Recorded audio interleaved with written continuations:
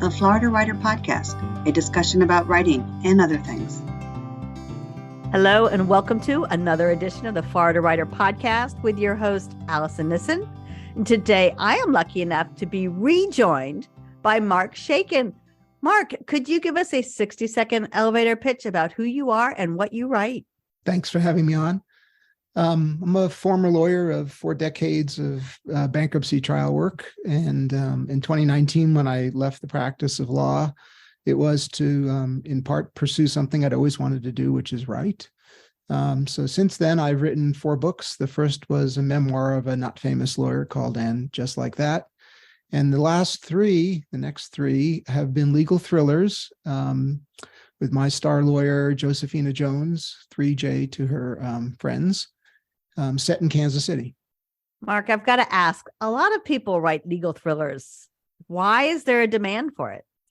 You know, it is a super crowded genre. There's no question. And the legal memoir, the memoir of a lawyer, not so crowded. So it was an interesting transition to move from that one category in Amazon to the next. But you kind of write what you know.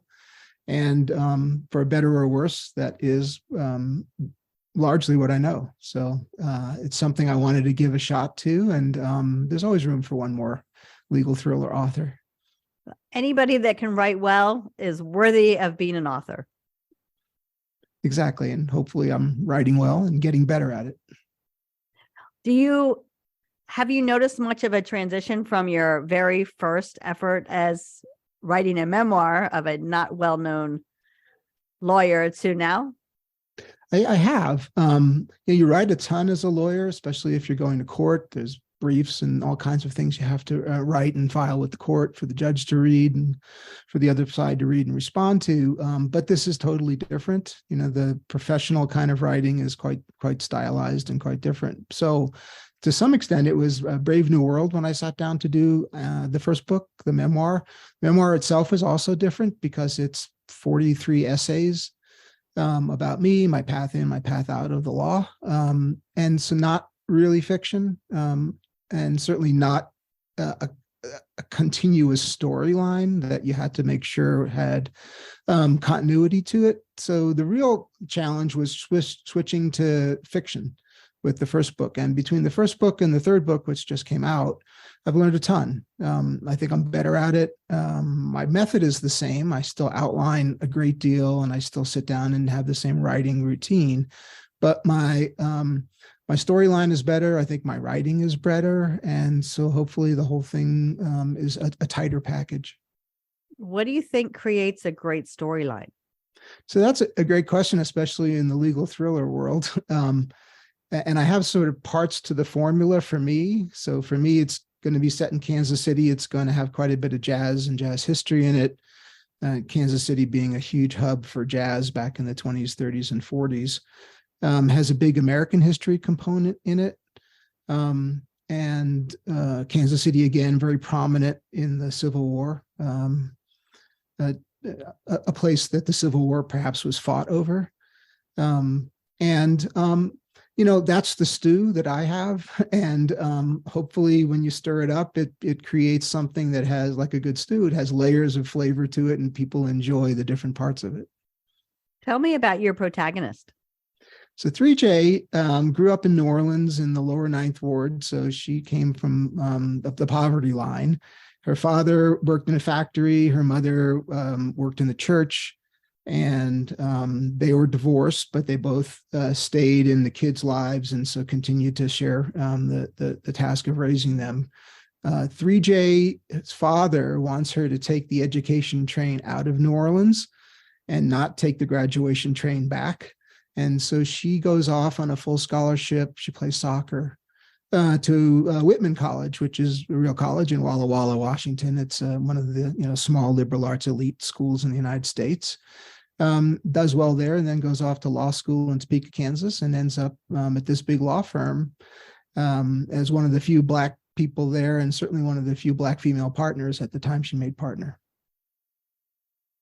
So she has quite a history just as she enters the law field and becomes partner. What happens that turns it into a thriller?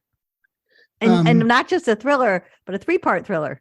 Yeah. Well, the books are standalone, so you don't actually have to have read the first one to read the third one. You'll learn more about 3J if you read them in order, but it's not necessary.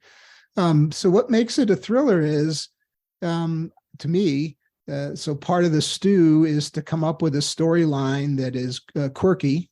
I guess I'm quirky, but come up with a storyline that's quirky, that is not based on something that happened in my career, because I'm trying very hard to not involve former clients or former judges or opposing parties that were involved in cases with me. I'd rather stay away from that. So come up with a storyline that has a finance aspect to it, because she's a bankruptcy lawyer, like I was, and something that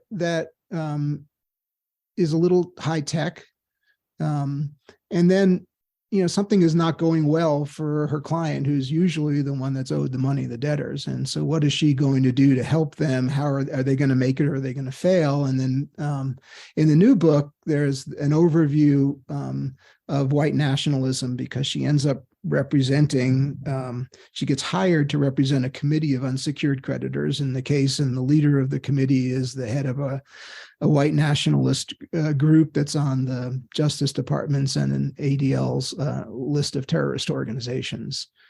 He doesn't like Black people, but it's just business. He wants to hire somebody that's going to get him repaid. And so part of the thriller is, as he starts to learn that he's not going to get paid back everything he's owed and not going to get paid back really quick, what does he do and what does she do? And how does that conflict, which becomes greater and greater, resolve, without trying to give away too much of what he's going to do or considering doing? It sounds fascinating. You mentioned before that you have the same writing routine that you had when you began, I assume, your writing career as opposed to your legal career. Yes, although there's certain parts of being a lawyer that gets into you and doesn't get out, doesn't wash out all that easily. So you tend to be very detailed in how you outline as a lawyer, so that you know how it's going to come out before you start to actually write the paragraphs. I continue to do that. I'm probably too scared to not do it when it comes to the writing. And then for the books, I try to be very regular. So I try to have my cup of coffee and sit down in the morning and write. And my rule for myself, self-imposed, is I write for 2 hours minimum. And if I only get 10 words, I only get 10 words. But I don't move until the 2 hours are up. Normally, more than 10 words come out because I have the outline. And normally I stay more than 2 hours when I'm writing. So one of the big changes between the first book and the third book was how long it took to write. The third book only took 2.5 months, which was surprising how quickly it just sort of spilled out. Tell me about your outlines. Yeah, so I use a Microsoft free product. It's called OneNote. I like it because there's an app for my phone. There's an app for the laptop. And it syncs. And so it serves the same purpose for me as having like a pile of Post-its on my bedside, so that when I wake up in 2 a.m, I can write down what I thought was something brilliant before I go back to sleep. Usually when I wake up in the morning and I read the Post-it, I realize that really wasn't particularly brilliant, but at least I got it off of my chest so I could go back to sleep. This app allows me to either be at my computer writing notes down or wherever I am with my phone, and something comes to me and I write it down, which tends to drive my wife crazy because I'll zone out, take the phone out and write something down in the middle of her saying something to me, which isn't the best thing to do with your spouse, but it happens. And that then you can, so all of the notes, all of the things that you've thought of, all of the little subplots that you're thinking of putting into the book, then you can turn into an outline very easily. So I love this app, and it kind of keeps me on message. So you talk bullet points into the app. Are you really thinking chronologically, or are you like scattered all over the place and then you have to go back and put them into the right position? I'm scattered, and that's the point of an outline. You can be scattered and then organize it in the order that you think will make sense in the book. Oftentimes, at least so far, the scattered turns into the outline, turns into the writing, and then there's some changes as far as the order goes when I start writing, because I realize now that I'm reading it that maybe chapter 4 ought to be chapter 6. But the books are chronological, except for flashbacks, which is how we learn about 3J and her upbringing. And since the book is chronological, meaning that each chapter starts off with a date and then the dates are sequential, as the case goes along, just like a lawyer would experience a case that they were handling, it sort of organizes itself because of that. And so if I'm going to change the order, I'm going to change what happened on April 12th rather than just move April 12th back to March 10th in the book. So it's a little bit more complicated than just pasting and gluing, but it's a system that, while it sounds a little chaotic, it actually works for me. Well, that's what's important. When we, as writers, sit down, we need to work within our strengths and our own organizational structures. No two people organize the same way.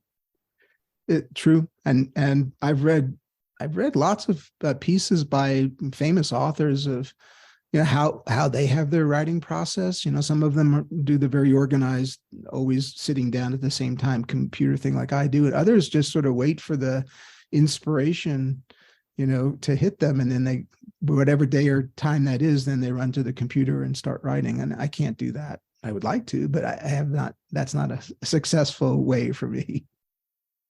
Yeah, it sounds more like a mom thing. When you've got the 3-year-old running around, she can't exactly sit down the same way some other people might be able to. Right. Our kid's an adult, so I don't have the 3-year-old running around anymore, which would be brutal to have to write through that. But yeah, just for me, just having something that I can count on as reliable and not worry about that part of it. And all I have to think about is what the storyline is and what the words are going to be. I know legalese is a thing many people complain about. Was it complicated to change your vernacular to work more towards the thriller genre? It for me, it was. I think I'm better at that in the third book. I think I've learned how to write in English rather than write in lawyer talk.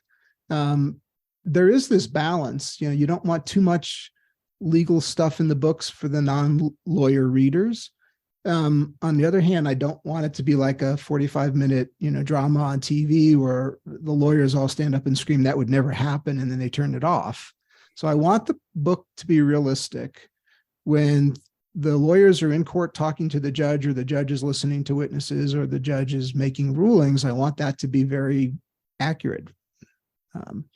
And I think I can do that, and I've gotten better at being able to do that without losing the reader to sort of lawyer speak overload. But I think it's a problem for legal thrillers, medical thrillers, any of the professions that turn into fiction. The writer usually has something to do with the genre in the writer's past, and I think the writer, all the writers in that situation struggle with what's the right balance. Do you ever need to find another attorney to say, am I representing this properly? I don't. I thought of the advanced reader idea with lawyers in particular, but I didn't go that route. Some of the funny things that happen after the book is published, I'll get emails from bankers or lawyers saying, well, why didn't this happen? Why didn't that happen? Wouldn't they have really done this? Wouldn't they have really done that? Or are they really allowed to do whatever I wrote in the book? And so I do end up having this sidebar afterward with some people I know, some I don't know, about the sort of the technical aspect of what I'm writing about. But I think it's all defensible so far. They've all said, "Oh, okay, fine." Nobody's actually publicly called me to the mat about that. But it's just sort of another version of what's the right balance. Just having people send you an email to discuss a particular point means that they've engaged in the context. That's how I look at it. I am easy to get a hold of, apparently. And so I have a group of people who write for each book, which I love, write me on the side for each book, which I love. And then there's always somebody new that writes me that I don't know who they are. And I love that they took the time to read the book. I love that they felt enough inspiration from reading it that they wanted to reach out and say something to the author. That is truly a gift when authors can hear from readers. Yeah, I love it. It's great. It's kind of like, going in person to a book club that's just read your book. You get, the immediate dialogue and feedback. And I enjoy that. And I believe you self-published? I do. I wrote 2 books while I practiced law. They're both legal treatises, encyclopedias. And I had publishing companies. I had John Wiley and Aspen Publishing. And, I didn't know any better. And I didn't realize how spoiled I was, just having to deliver the chapters to them, for them to edit, for them to format, for them to pick the cover, for them to, publish, for them to market, and then for them to send me a check every quarter. When I came to 2019 and I wanted to write, my original idea was, well, I had publishers before, I'll just have a publisher now. There's remarkably fewer publishers in the world than there were when I wrote the first 2 books. I think we may be down to 5 real publishing companies out there. And, there's one in front of the Justice Department. If they merged, it would be 4. And, to get in front of a publisher back in the day when I wrote the first 2 books was hard. To get in front of a publisher today, when, I'm not John Grisham, I'm not Michael Connolly, I'm the non-famous lawyer who wrote a memoir. That's really hard. And so I start all this, and when I'm in my mid-60s, and I realize, if I take 5 years to find an agent that's not, that is, to put this in the positive sense, to find an agent that's trustworthy and reputable, to find a publishing company that's not an affinity publishing company, so what I would call a real publishing company, traditional publishing company, I might be 70, I might be 75 before that process resolves. And in the meantime, with a little education, it's unbelievably easy to self-publish. And you start realizing you're sort of in charge of your own little business, as my wife calls it. And, I have to find somebody to design the book cover, which I kind of like. And I have to find someone to format the book for me, which I kind of like. And, find an editor who's on the same, wavelength as I am. And once you sort of have that team, I enjoy the process. I would love it if there were 25 publishing companies in the world and it was easier to get your legal thriller published by a traditional publishing company, but I'm probably a little old to start down that path. Well, Mark Shaiken, how can people get in touch with you? The easiest way to get a hold of me is on the website, markshakenauthor.com. And you can contact me through the website. You can join the mailing list. I don't spam my mailing list folks, but it's a good way to keep up on what I'm up to and what's going on, and maybe get a little information on the next one, which I hope comes out this year, which will be called Cram Down. It will be called what? Cram Down. Cram Down. All right. Every book I could go off. Every book has got a title that comes from the bankruptcy code. So believe it or not, there's a cram down element to the bankruptcy laws. How interesting. Mark, are you ready to switch to our rapid fire questions? Sure, Allison, go for it. Do you enjoy playing board games? Yeah, Monopoly, but there's a big drop off after that. I guess Monopoly might have a bankruptcy element to it, right? It does. And what do you do on your downtime? I'm on the board of several organizations, mainly housing organizations, because that's kind of a passion of mine. And I play guitar. And hopefully we get back to traveling again. Oh, that's fun. Do you have weekend plans? Weekend plans. Weekends are kind of indistinguishable from weekdays when you're not going to court anymore. So it just snowed 7+ inches here, so I'm not actually sure what the weekend will look like. Well, Mark Shaiken, thank you so much for stopping by. Well, thanks, Allison. It was a blast. I appreciate it. You have been listening to another edition of the Florida Writer Podcast with your host, Allison Nissen. Allison out. Ooh, we're all done. Mark Shaiken retired from his law practice in 2019 and authored And Just Like That, essays on life before, during, and after law, a poignant and funny memoir of a not famous lawyer, tracing his unlikely path into and out of the profession to begin his afterlife. He then created his legal thriller series, each book steeped with history and music and starring his star lawyer, Josephina Jillian Jones, otherwise known as 3J. He just released his latest in the series, Unfair Discrimination. Discover more, markshakenauthor.com. For more information about the Florida Writers Association, visit us at floridawriters.org. Until next time.